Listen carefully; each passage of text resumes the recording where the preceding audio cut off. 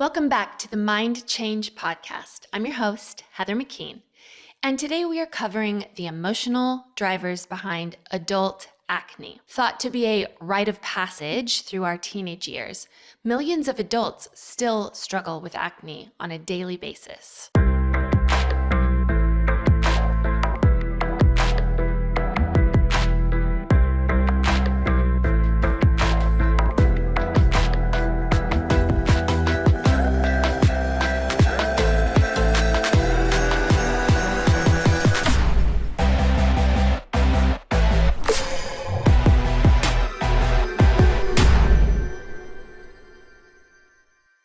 What if acne didn't have to be a common teenage malady? What if it's so common in teenagers because of the kinds of feelings teenagers go through at this pivotal point in their lives? The truth is, there are plenty of teenagers who do not suffer through debilitating or humiliating acne.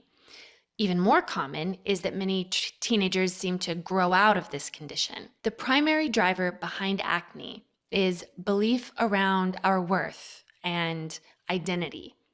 Our faces are one of the first things that we notice about another person, and we'll make very quick judgments about someone based on what we see. If we have doubt about our value or place in the world, we may even be more concerned about how people see us. That very insecurity can cause eruptions in the skin of our faces. Sounds counterintuitive? Consciously it is, but subconsciously this makes perfect sense. See, if we have all of those unsightly marks on our faces, we're more likely to get small or to try to become invisible. Withdrawing from people or situations help give us a break from being with the people that we might feel like are judging us or who threaten our acceptance. Our face is actually trying to help us by giving us a very good reason to withdraw and hide. So the problem is less about our outside environment and way more about our inside environment, how we really feel about ourselves. Oftentimes that inner self and identity is shaped very early in our childhood and is greatly impacted by the emotional health and well-being of our parents. When there is conflict or trauma there, children often internalize that something is wrong with them. The location on your body where you are doing acne also holds specific information about what experiences your body is holding on to and what your body is trying to communicate. Of course, we cannot cover each specific area here, so I'll be doing an overview of generalized acne, more specifically around the face. Now, it's important to remember with these episodes that not everything explained may resonate. Some things may fit, but others may not. And there may be things that you recognize that you felt in childhood, or maybe even your teenage years, but you don't really feel now. The fact that the acne is showing up now, even though you haven't felt those feelings for a long time, just means that those old stories or feelings are still unresolved somewhere in your subconscious mind. And the acne is showing up to let you know this, almost to give you the clue or the treasure map in. Now, the most general driver behind acne, again, like we talked about, are issues around identity or expressing your inner nature or your most true self. Now, this often happens if you've received a message somewhere in your foundational years that who you are isn't good or good enough or even acceptable. You may have experienced some form of bullying or teasing at a very young age. And this could easily lead to a feeling that you're not worthy or an expectation that you may be rejected or not accepted. Another driver of acne is self-blame. So in these rejection circumstances, then instead of blaming the people that are rejecting or the people who are not accepting, people tend to blame themselves. It's not that there must be something wrong with them and their judgment and the way that they're holding other people. It must be actually that there's something wrong with me. And the acne can serve as kind of an outward expression of self-dislike and self-acceptance. And while that might, again, seem counterintuitive, it's almost like this is how they're trying to connect with others, is be like, yeah, see, I don't like me either. I think there's something wrong with me too. Then they're trying to connect with others, but through the dislike and through the non-acceptance. Now remember, we're talking usually about children and young teens who are, their mind and their development is all over the place. And so it makes sense that sometimes we're getting these push-pull type of messages. So another thing around teenagers is they're often at odds with themselves about who they are. And within that, they're highly prone to self-blame, guilt, and shame. So the acne can also be an expression of anger and resentment around not having unconditional acceptance in their world or unconditional love for who they really are. The acne becomes a means of reducing contact with others, which may feel safer in the beginning, but then also leads to more confirmation that they're not good enough and that's why they're alone. This can also have its roots in a very judgmental or accusatory or gossipy type of family environment. So in that kind of environment, the child may get the impression that they are always on display, or they're always being judged or watched or graded because that's the experience that they have within their family. So if the family's constantly pointing out issues or problems with other kids or other families or other family members, then what that does is just makes a little mental note inside of like, oh, people are watching us all the time.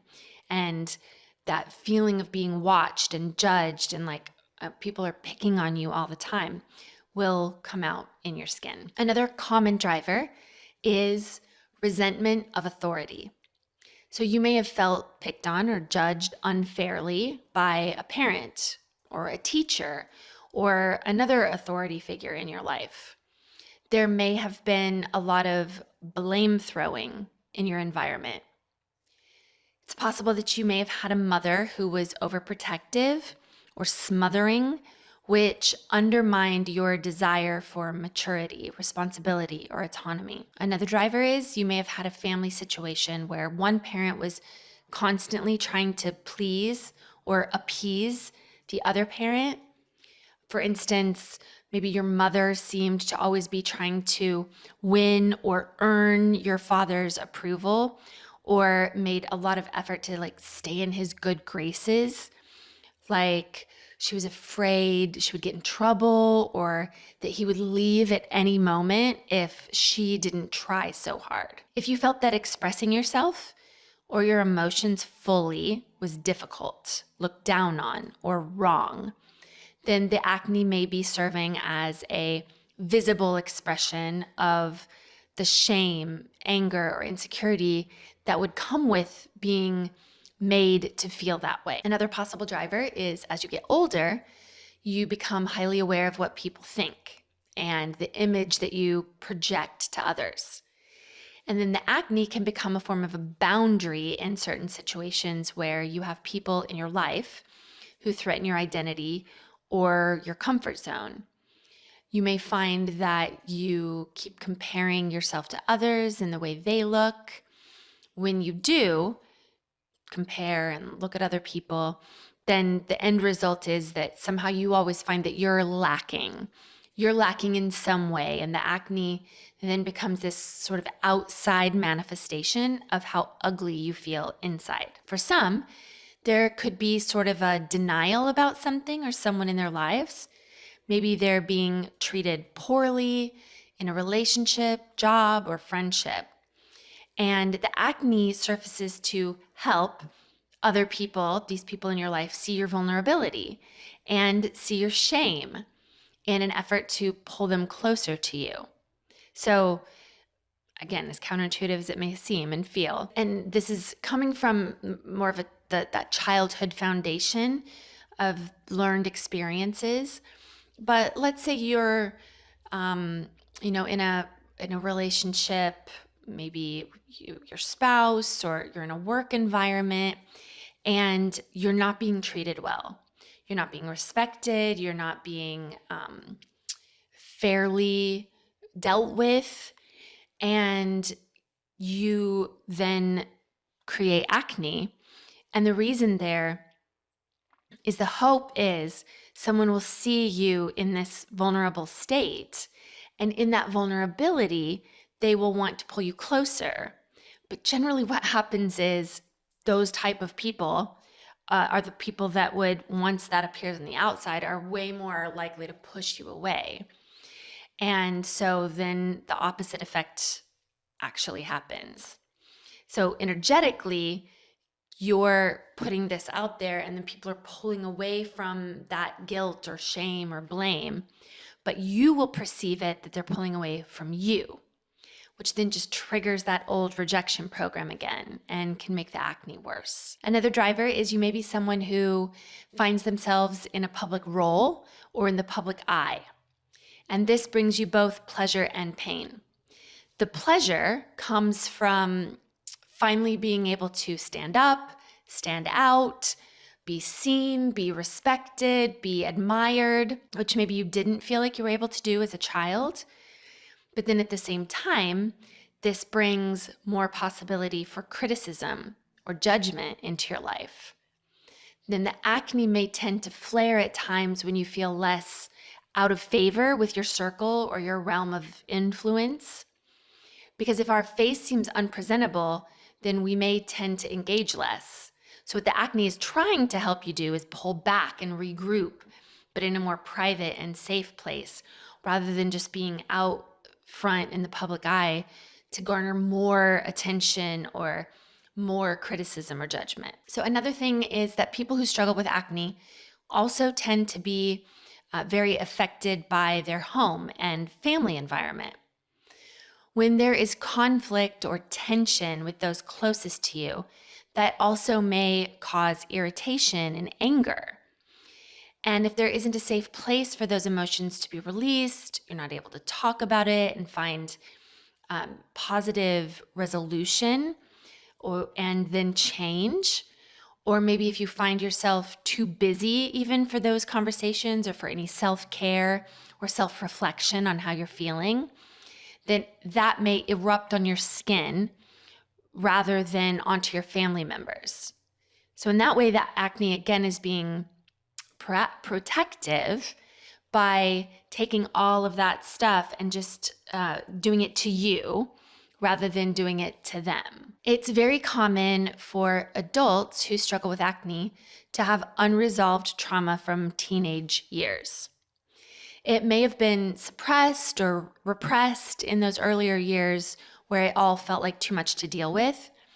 But now, later in life, it's surfacing so that it can be resolved because now you have more tools, you have more support, or you feel like you have a more solid circle of acceptance. Now, as I mentioned before, the drivers I cover are not meant to be exhaustive, but more to help individuals gain maybe a little bit more insight into some of the things that could be contributing to a current condition or to a chronic reoccurrent condition. So it's important to remember that always with this stuff, that our body is for us, not against us. So though acne can feel discouraging and debilitating at times, it can resolve when we learn the language that our body is speaking and we can hear the messages it's delivering through these conditions. So something I see often also with adult acne is that when there's a flare or when it happens, people will get very hyper aware of what they're eating. They will get hyper aware of their lifestyle. And where this seems like that could be a good thing, like, oh, maybe I'm eating something I shouldn't be eating. Maybe I'm, not getting enough sleep. Maybe I'm, not taking good enough care of my skin. As good as that might seem to check in on, very often because of the way that you perceived your childhood, what's happening is now the judgment isn't coming from the outside, the judgment is coming from the inside.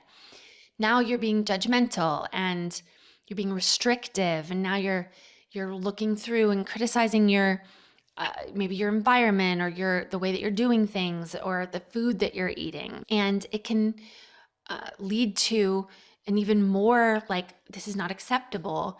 And so when you're not acceptable, when you're not doing things right, then that can also show up on your skin. So it's a little bit of a vicious cycle. So it's important to remember that the acne is coming for a reason. It's bringing a message. And especially because one of the primary drivers is that judgment and is that criticism and that, call back to what your true identity is, to judge it and to wrestle with it and struggle with it and do all these things to stop it can be something, again, that's just feeding back into the program. So what we're not saying is just be okay with it. What we're saying is go in and deal with the stuff, the places that it brings you. If you need help, reach out. The inquiry that we have through the Mind Change method can really help uncover things that you may not even know are there. And then we can understand and start to deal with ourselves in a more gracious and a more loving way, which that's one of the things that really supports us feeling really good about us on the inside, which then will show on the outside. All right, thanks for joining us. And I look forward to seeing you next time. Please make sure to leave those 5-star reviews and comment on a disease, a symptom, or an ailment you would like to hear covered in this series. If you're interested in learning more, we encourage you to get involved in the Mind Change community. It's a great place to find support and like-minded people. And another really wonderful place for that is our book clubs. And we have book clubs happening all over the world, some in different languages. And that's a great way to help provide support in your journey. So visit our website at mindchange.com/book club for more info. Until next time, thanks for joining us on the Mind Change podcast, where we are changing the world one mind at a time.